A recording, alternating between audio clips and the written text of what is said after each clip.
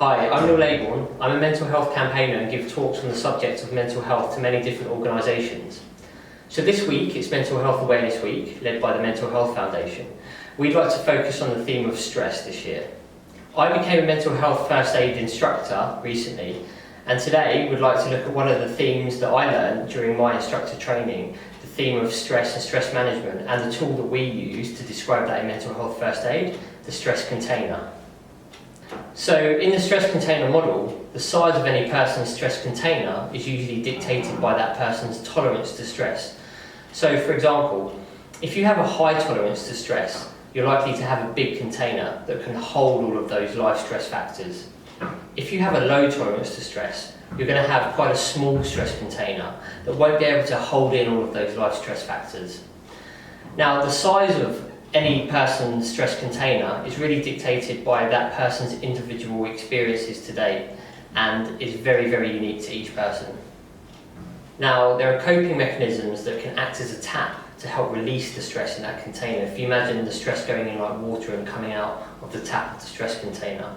So some of those coping mechanisms, for example, looking after your well-being, doing something different each day, something that makes you feel better, or just looking after your diet, getting good sleep, having exercise, looking after your relationships. These are all really, really positive things that you can do to make sure that that tap is always open to relieve the stress that goes into that container.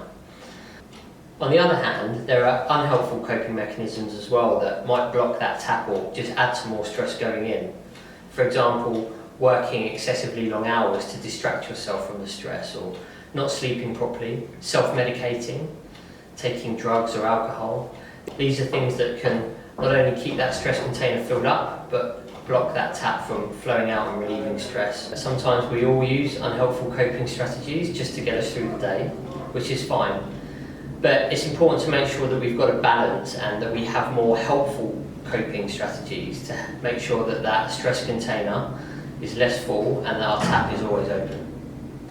As with any skill in life, you can learn new coping mechanisms and coping strategies at any time. So if you don't have it right today, that's absolutely fine.